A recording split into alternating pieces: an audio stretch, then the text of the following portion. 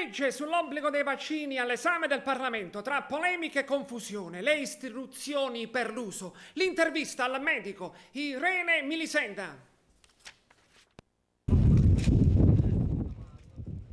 Dopo l'approvazione della Commissione Igiene e Sanità del Senato, il decreto sui vaccini arriva a Palazzo Madama, dove si allontana la possibilità prevista inizialmente che il testo passi con la fiducia.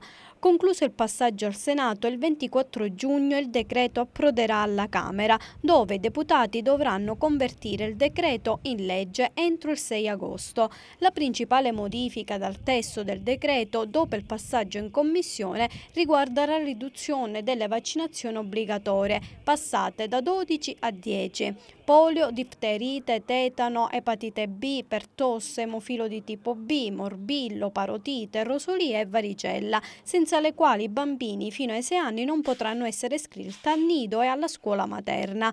A queste poi se ne aggiungono altre 4 consigliate ma non obbligatorie, e si tratta di quelle contro il meningococco B e C, contro il pneumococco e il rotavirus, che saranno offerte gratuitamente e proposte attivamente alle famiglie da parte delle aziende sanitarie. Inoltre le vaccinazioni saranno richieste anche per gli operatori sanitari, sociosanitari e scolastici.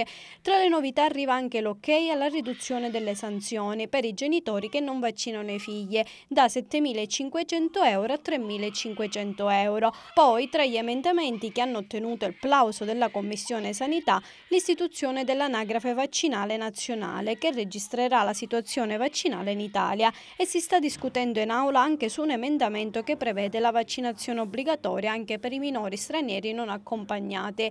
E se da un lato i vaccini vengono considerati una delle più importanti scoperte del millennio perché hanno salvato milioni di vite, dall'altro lato esiste un movimento di genitori attivisti, cosiddetti non-vax, che si schierano contro le vaccinazioni preventive. Dunque vaccini sì, vaccini no. L'abbiamo chiesto al dottor Gaetano Geraci, direttore del servizio di epidemiologia all'azienda sanitaria provinciale di Agrigento. Chiaramente vaccini sì, perché è importante vaccinare, perché noi facciamo in modo che la malattia non si verifichi. Ora, siccome noi abbiamo vaccinato e vaccinato bene, perché la nostra azienda è una delle prime aziende per copertura vaccinale, però tuttavia ci sono delle sacche di popolazione, oppure diciamo così dei movimenti antivaccinisti che sono contro i vaccini e quindi fanno in modo di dare notizie, false notizie che non sono scientificamente provate, e quindi abbiamo un abbassamento delle coperture vaccinali. Questo abbassamento delle coperture vaccinali chiaramente porta al ricomparire di malattie che noi non avevamo più, tipo abbiamo avuto una piccola epidemia di morbillo nella zona di Ravanusa. Fortunatamente non c'è stato nessun caso grave. Poi ultimamente c'è ancora in corso, perché è diventato un caso politico, l'obbligatorietà della vaccinazione. Io dico, noi siamo dell'avviso che costringere la gente a fare la vaccinazione o qualsiasi cosa è sempre un male estremo.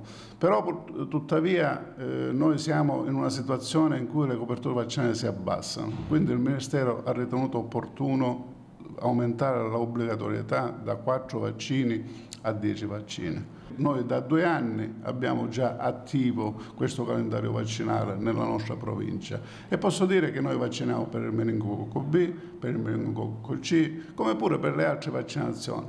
Poi per la gratuità, le nostre vaccinazioni sono pure gratuite, cioè non c'è nulla di nuovo.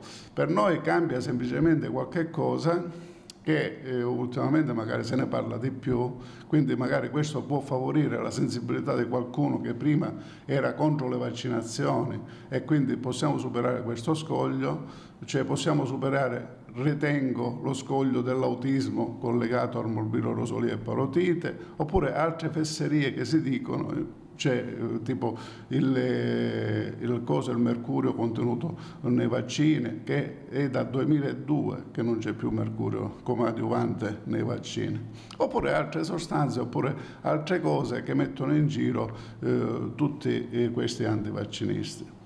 Purtroppo siamo in una situazione, diciamo così, delicata, perché quando c'entra la politica poi diventa lo scontro politico, si fa aspro, e quindi magari ci sono partiti che pigliano posizione diversa non per il bene della comunità, bensì per avere un consenso maggiore da parte a livello elettorale.